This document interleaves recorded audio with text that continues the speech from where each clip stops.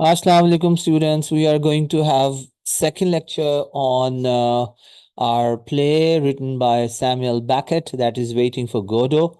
And we are going to cover the second page of the play in this lecture. And obviously, let me tell you that this play is two-act play. And right now we are doing Act 1. So currently, our two characters, Vladimir and Estragon, they are both talking to each other. And here we see Vladimir is talking. He says, when I think of it, then you find ellipses, all these years, then again ellipses, but for me, then again ellipses, where would you be? Then again ellipses, decisively. You'd be nothing more than a little heap of bones at the present minute, comma, no doubt about it. So if you think, let me, if you see, if you divide it into two parts, the first one where ellipses are used in the dialogue, and then after decisively, there's another part where he has completed the sentence or where he has used complete words without any ellipses. So first part is if we see it's broken and interrupted speech, and that way of speech shows that he is reflecting on the past. Vladimir is talking about the past. And you see the pauses. The pauses basically, these pauses suggest hesitation and difficulty in expressing the thought clearly. Vladimir is hesitating while talking about past, and obviously he's also facing difficulty in expressing his feelings or his thoughts. Then you'd be nothing from where this part starts.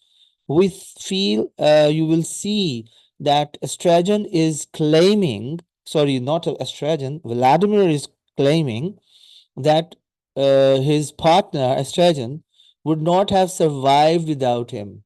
He's talking about dependence.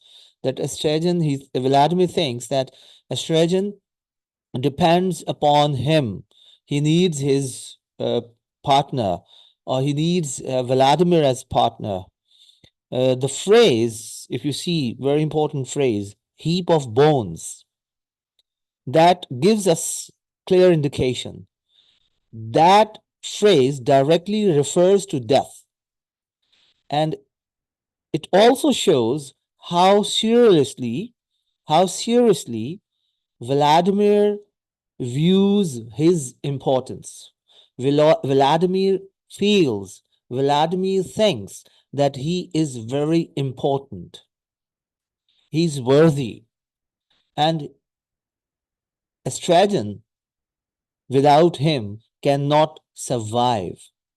Then Estragon, again, see, Vladimir has used long statements, though we find certain pauses too. But here, if you see Estragon, again, you will find the same comparison that Estragon's reply is very short, only 4 words you'll find. And what of it? And again, it's a question. So Estragon is totally dismissing Vladimir's statement. He does not agree what Estragon is saying. So this response shows indifference. He does not react emotionally to the idea of his own death. He does not agree to that. He does not buy that that statement. He does not own that statement about his own death. Then Vladimir, again, long sentences, you will find more communication, you will find in the whole play from Vladimir, gloomily, in parentheses, it's too much for one man. Then pause, then cheerfully. On the other hand, what's the good of losing heart now? That's what I say. We should have thought of it a million years ago in the 90s. So Vladimir is gloomy, and gloomily he says that he is feeling burdened. He's feeling burdened by the responsibility he believes he carries. It is his own understanding that he is holding certain kind of responsibility, and that responsibility is a burden on his shoulders. So this line reflects his sense of strain in maintaining the relationship. He's not comfortable. Maybe it's a harsh word that he's not comfortable, but if we can say that he is facing difficulty in maintaining relationship, and he feels burdened, he feels responsibility. Then when he says after a pause, his mood changes. Now cheerfully he speaks. First gloomily he was talking. Now he is talking cheerfully, happily. And what he says, on the other hand, what's the good of losing heart now? That's what I say. We should have thought of it a million years ago in the 90s. Now, what he says, now we see the change in his mood from gloom to forced cheerfulness.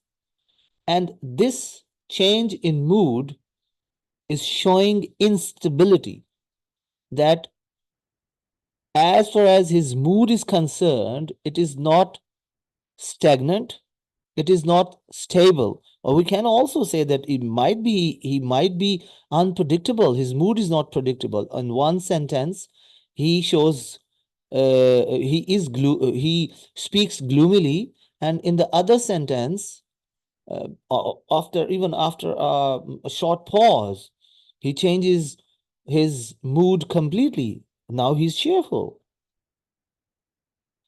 So he tries to encourage himself despite what he just said. And then when he said we should have thought if of it a million years ago in the 90s, that is the reference to the past again. And but the past is vague, and you will find exaggeration. A million years ago, this phrase is exaggerated one, because obviously if this play is written in 20s, so if he's talking about 90s, so it's not a million years ago, it's just, it might be a century or even half a century. So that exaggeration combined with the 90s creates confusion about time, but it clearly points to something missed earlier. Though mentioning of time is very vague here. Then Estragon says, stop blathering and help me off with this bloody thing. He's still focusing on the same problem, that is his boot. And he damn scared what he's saying, what Vladimir is saying. So he interrupts, and he rejects what Vladimir is saying. He does not buy Vladimir's long speech. Instead of it, instead of focusing on his words, what he is saying, what Vladimir is saying, what he does, he brings attention back to his immediate problem. Of what is that? The boot. The boot is troubling him. The boot is causing pain to him. And he uses the word bloody for the boot. And that word bloody shows irritation. He's feeling irritated. That boot is causing pain to him. That boot is causing him to suffer. Then Vladimir says, hand in hand from the top of the Eiffel Tower among the first. We were respectable in those days. Now it's too late. They wouldn't even let us up. Estragon tears at his boot. What are you doing?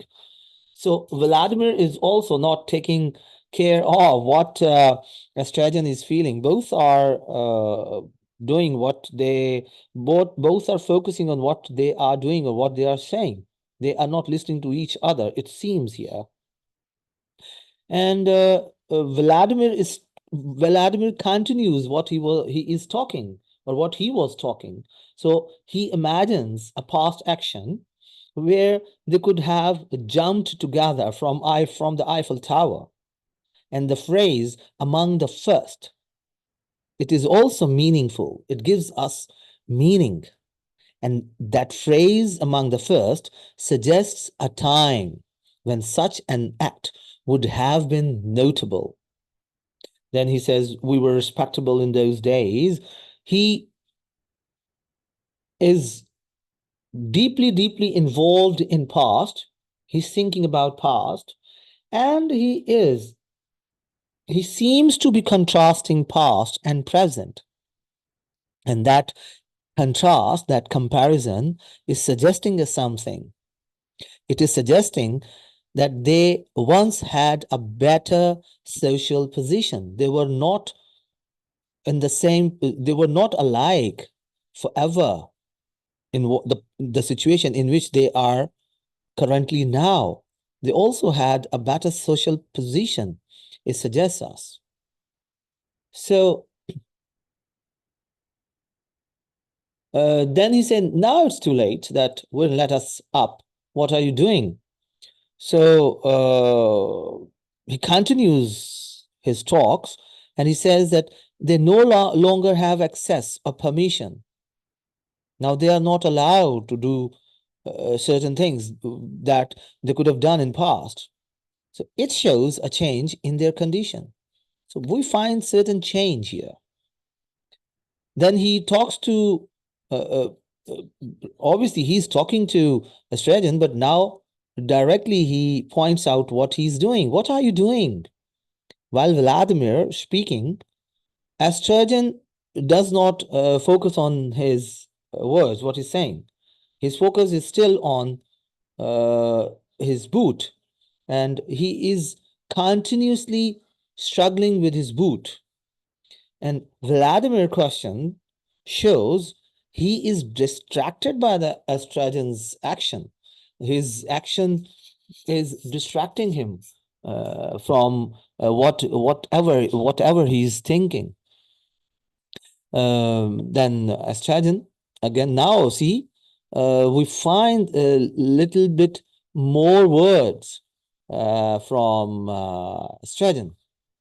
And now he says, taking off my boot. Did that never happen to you? Again, a question. Mostly Estragon replies are questions. So his response is direct. And by giving a direct response, he also adds a question. And asking that question or adding this question implies that this is a common experience.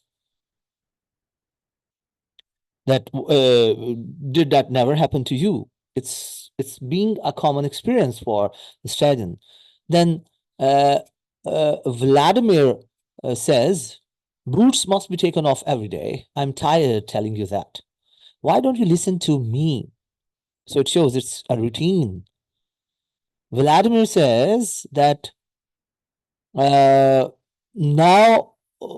he turns the situation into a complaint. He's not helping him. Instead of helping him, what he's doing, he is criticizing him for doing or for what he is doing. And he is criticizing that Estragon is not paying attention to what Vladimir is saying. Instead, he is still struggling with his boots. Right? Then Estragon says feebly, help me. He needs help.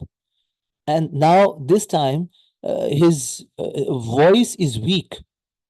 His weak tone basically shows that he's exhausted. And he is facing a physical difficulty. and he is fed up of it. And then Vladimir asks a question in two words. It hurts. So Vladimir acknowledges the possibility of pain. It seems cynical that you know that someone is in pain and he is struggling, so he might not be in pain, but surely he'll be pain, right? He shows detachment. He does not feel attachment to Estragon's pain. Though it's very simple when he says it hurts, but it does not show any attachment. He is extremely detached from Estragon. He's not feeling pain for him. Estragon angrily, he's in anger. Hurts? He wants to know if it hurts. So his reaction is absolutely, it's natural that someone is feeling pain and you are ensuring that if it hurts. So he repeats the word, what Vladimir says. He says, hurts. He wants to know if it hurts. So it shows his frustration. Estragon is frustrated. And his frustration shows that the pain is obvious. Anyone can see that he is in pain, but his partner, his friend, does not know. And one should not be asking this question whether you are in pain or not. So Vladimir's response, it hurts him more, and it makes him frustrated. Then Vladimir also shows anger. No one ever suffers but you. I don't count. I'd like to hear what you say if you had what I have. So he responds in the same way.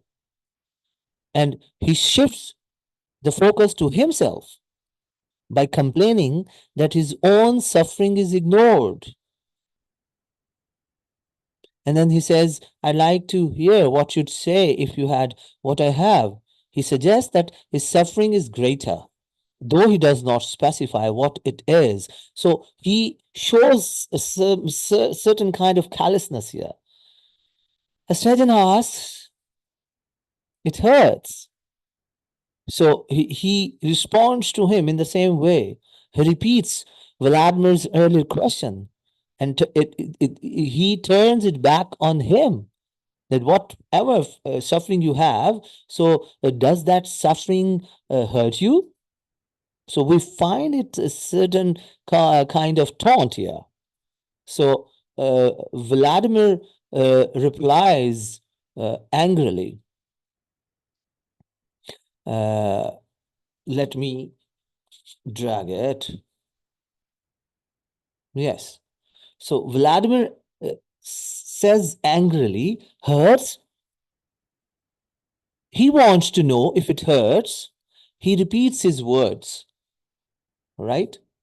He repeats the words of Estragon when the same words he used to respond to Vladimir's words. So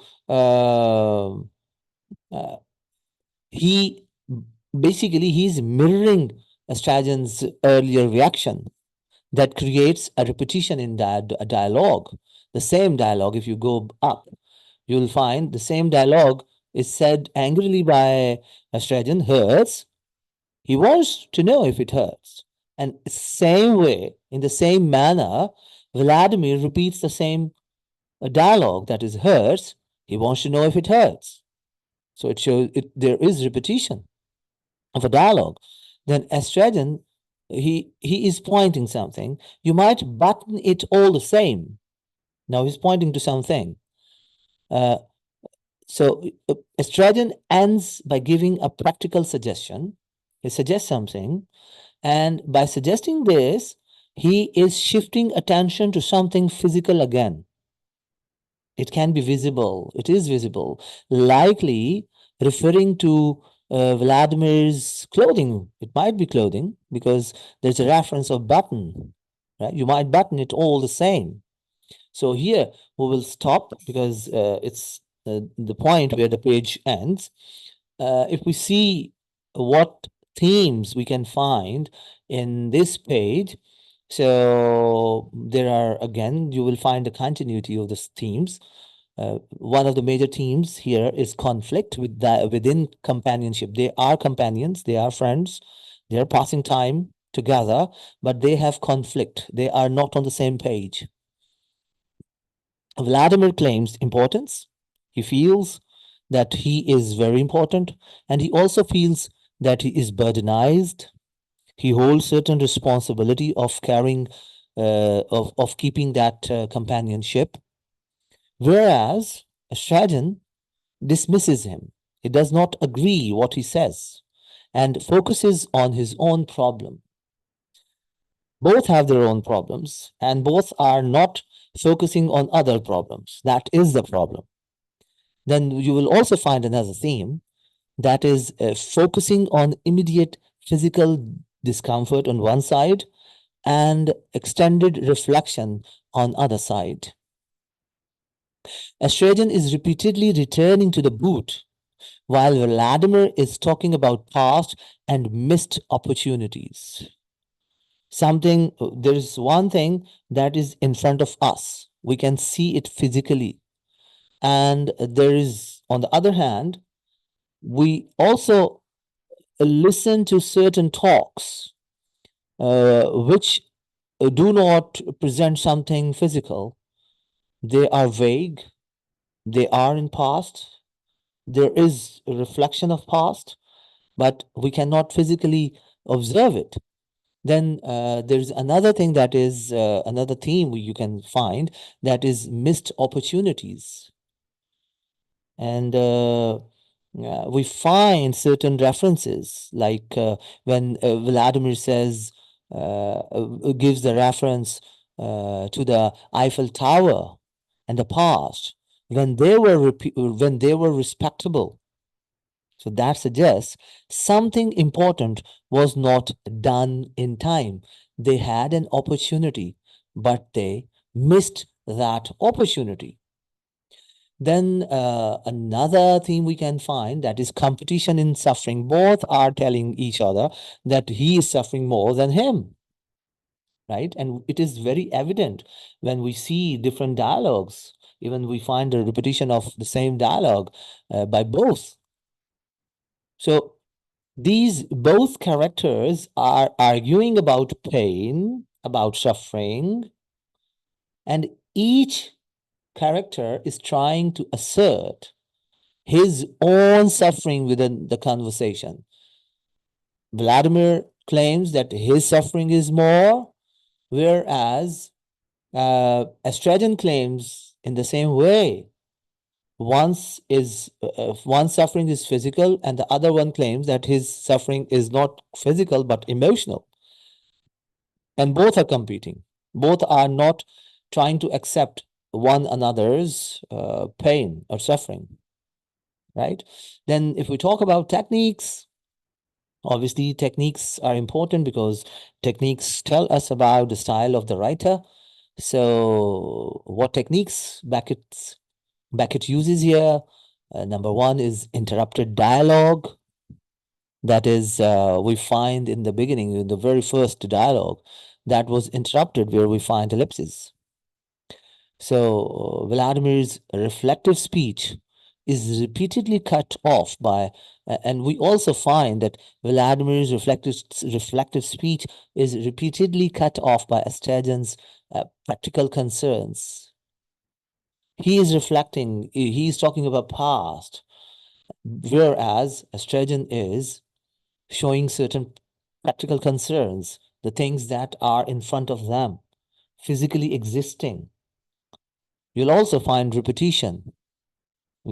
You will here you will find clear exchange of the same phrase, that it hurts.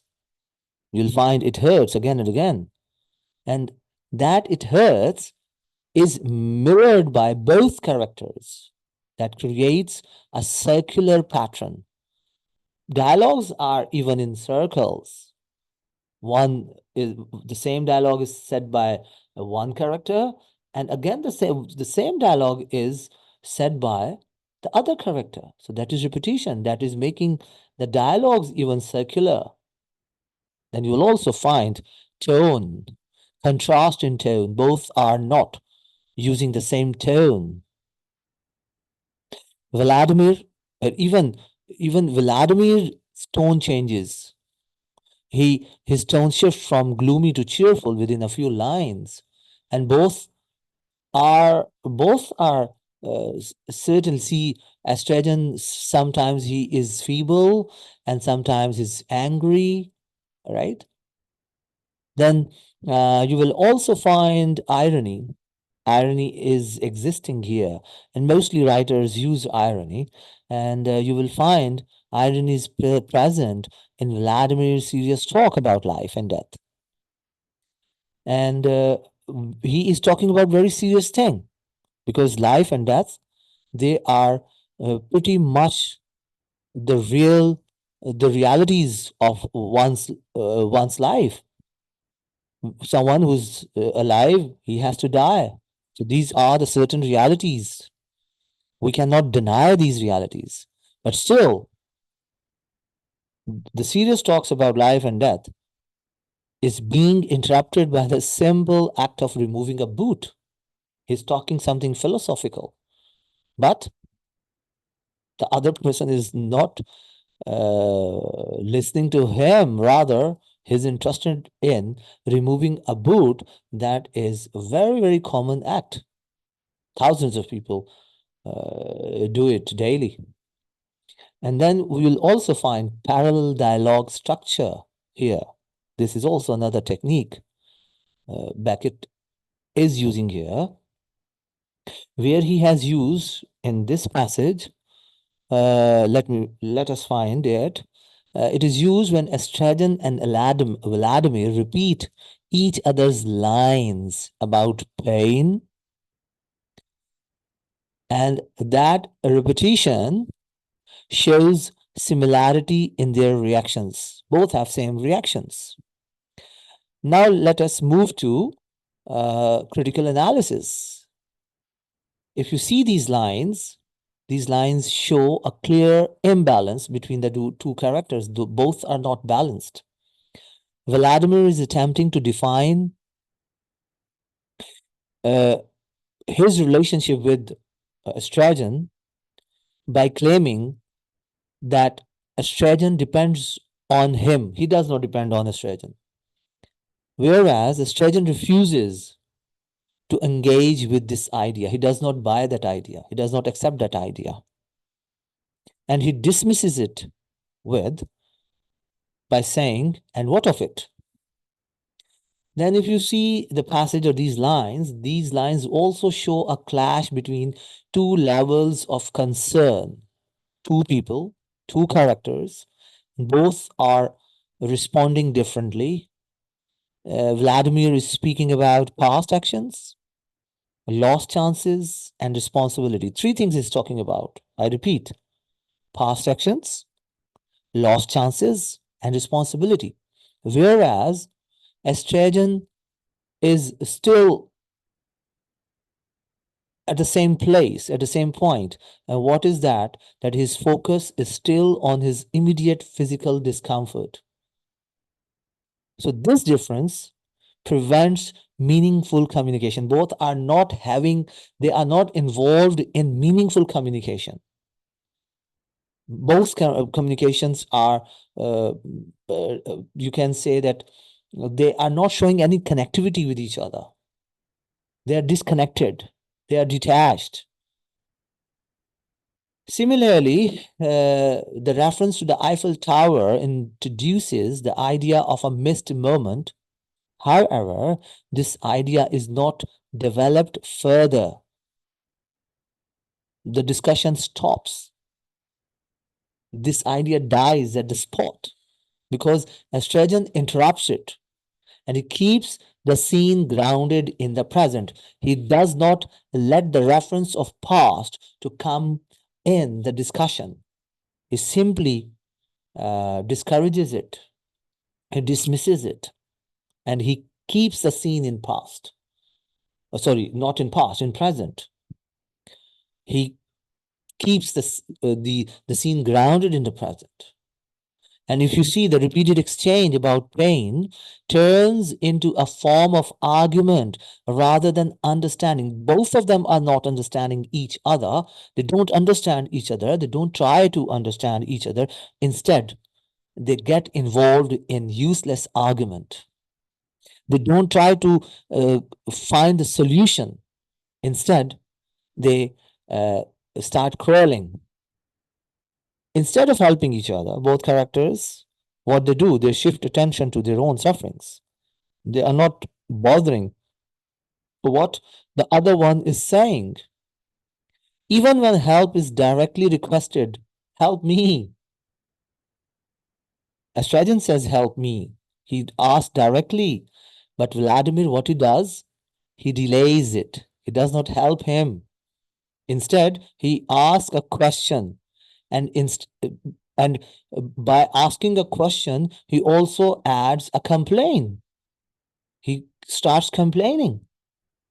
So this shows a gap between speech and action within the scene. We find a gap, what is being said and what is being done. So we can conclude this lecture or these lines or this passage, page number 2, that basically these lines are presenting an interaction where certain elements are working. Number 1 is reflection, number 2 is memory, and number 3 is complaint. All three are constantly interrupted by immediate physical need. Physical need that is immediately required, help is required, and that help interrupts those vague reflections, vague memory, and obviously complaint.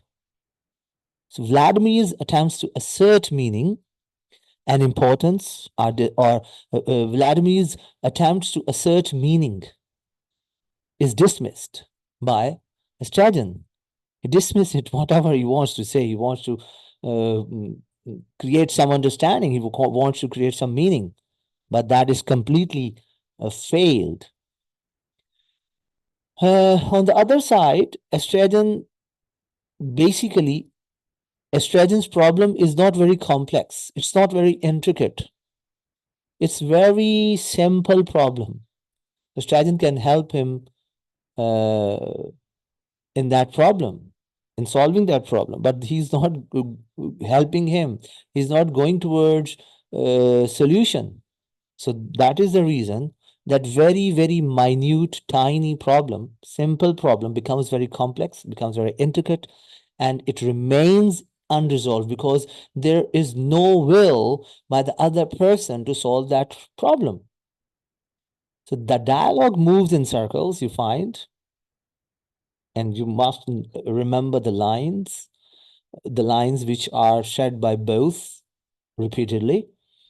And the dialogue, when dialogue moves in circles, it repeats ideas, it repeats reactions. And obviously, the dialogue also ends without any clear resolution. So all these keep the focus tightly on the actions and exchanges within these lines, right? The focus is on actions. The focus is not on ideas, all right? So here we are going to stop it, inshallah. I hope you have understood it. I have tried my best to make it simple for you, and kindly listen to the lecture, make notes. If you have any questions, queries, you can ask me, and inshallah, I'll try my best to answer them. Thank you for watching.